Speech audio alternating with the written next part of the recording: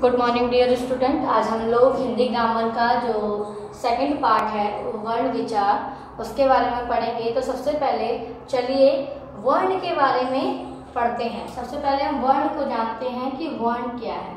ठीक है, वर्ण।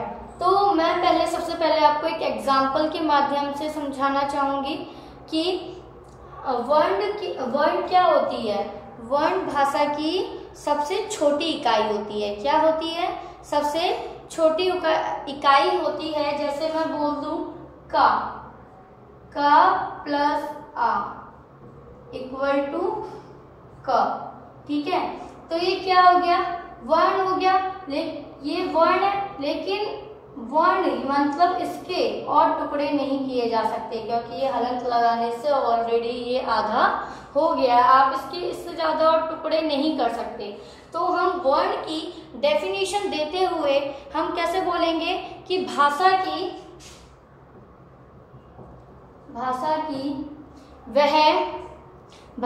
सबसे छोटी इकाई, भाषा की सबसे छोटी इकाई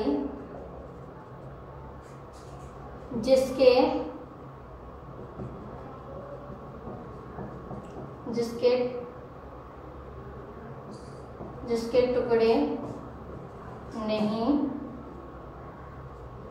किए जा सकते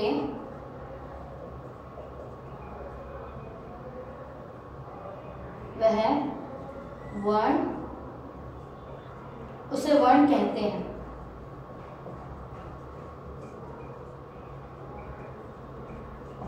ठीक है, भाषा की सबसे छोटी इकाई है ना। भाषा की क्या है? सबसे छोटी इकाई जिसके और टुकड़े नहीं किए जा सकते उसे हम क्या कहते हैं? वर्ण कहते हैं। क्या कहते हैं? वर्ण कहते हैं। अब हमने सबसे पहले जाना कि वर्ण क्या है ना। हमने उसकी डेफिनेशन भी पढ़ी कि जो वर्ण की मतलब भाषा की जो सबसे छोटी इकाई होती है उसको हम क्या बोलते हैं? वर्ण बोलते हैं। अब आते हैं वर्णमाला के ऊपर। वर्णमाला जो है वो दो शब्दों से मिलके बना है, वर्ण प्लस माला। इसका मतलब होता है अर्थात कि वर्णों की माला। जिस तरीके से आप एक एक फूल की माला बनाते हैं ना, उसी तरीके से एक एक वर्ण की क्या बनती है? माला बनती है। ठीक है, तो क्या होता है वर्णमाला का? अगर हम वर्णमाला जो है वो दो शब्दों से मिलके बना है, वर्ण प्लस माला। ठीक है, और इसका मतलब होता है वर्णमाला अर्थात वर्णों की माला या फिर वर्णों का समूह बोल दो, इस तरीके से आप बोल सकते हैं। अगर हम वर्णमाला की डेफिनेशन दें तो हम ऐसे दे सकते हैं कि किसी भी भाषा के मूल ध्वनि चिन्हों के, ठीक है, व्यवस्थित समूह को हम लोग क्या कहते हैं? वर्णमाला कहते हैं। अब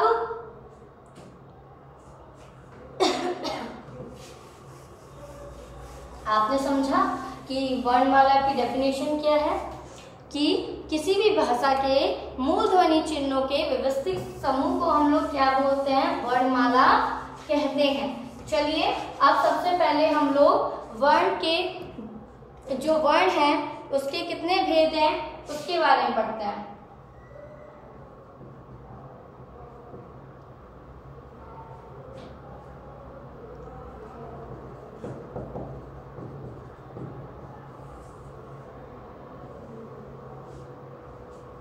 वर्ण के दो भेद होते हैं, पहला स्वर, दूसरा व्यंजन। ठीक है, पहला क्या है? स्वर और दूसरा व्यंजन।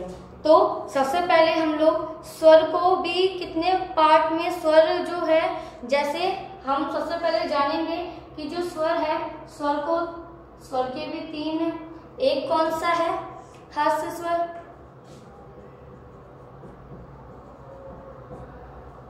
ठीक है, दीर्घ स्वर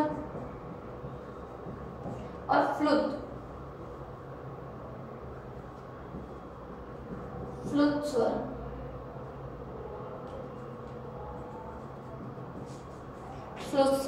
ठीक है, तो सबसे पहले हम स्वर की पहले मात्रा जानते हैं कि स्वर कितने होते हैं।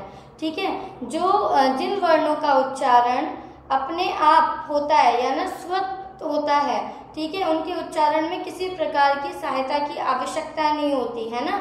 उनकी मतलब जो उनका उच्चारण होता है वो सीधा निकले, है ना, हमें किसी नाक की, मुंह की, इस तरीके से किसी चीज की सहायता ना पड़े, है ना। बिल्कुल बोला आ, बड़ा ई, बड़ी, छोटा ऊ, है ना। तो ये जो वर्ण होते हैं इनकी जो जिसके उच्चारण में हमें किसी की सहायता, किसी भी प्रकार की सहायता की आवश्यकता नहीं होती, वो क्या होते हैं, हमारे स्वर होते हैं। और हिंदी में स्वर की कितनी गिनती होती है, 11 स्वर होते हैं हमारे, ठीक है। तो वो कौन कौन से होते हैं, जैसे मैं लिखती हूँ आ, ई, बड़ी, ओ, बड़ा ओ, री, ओ, सॉरी, ए, ओ, अ। 1 2 3 4 5 6 7 9 10 11, ये हमारे क्या हुए, 11 स्वर, ठीक है। अब सबसे पहले हम जानते हैं हस्त स्वर के बारे में।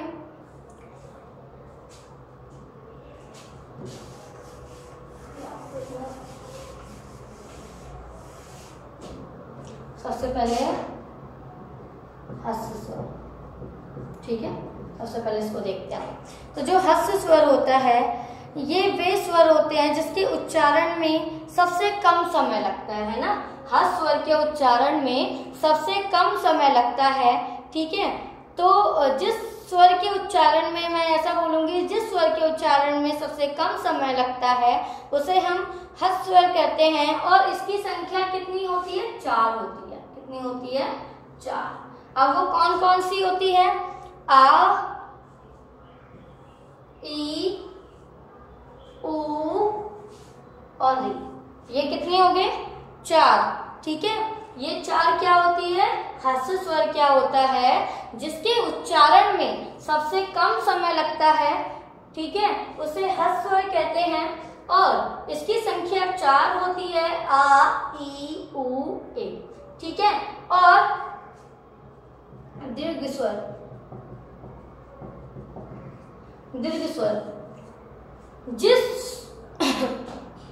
जिन स्वरों के उच्चारण में, मैं बोलूंगी, जिन स्वरों के उच्चारण में हस्त स्वर का, जिन स्वरों के उच्चारण में हस्त स्वर का दुगना समय लगता है उसे हम दीर्घ स्वर कहते हैं। और इसकी मात्रा कितनी होती है,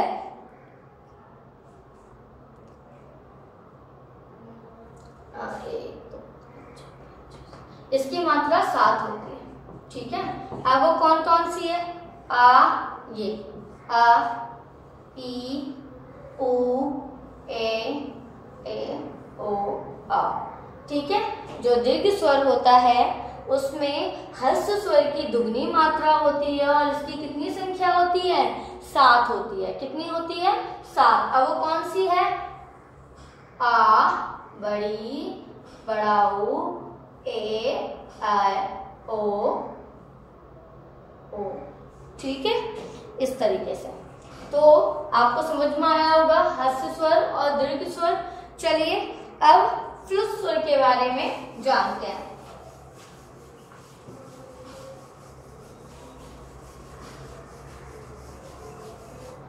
जो फ्लुत स्वर जो होता है,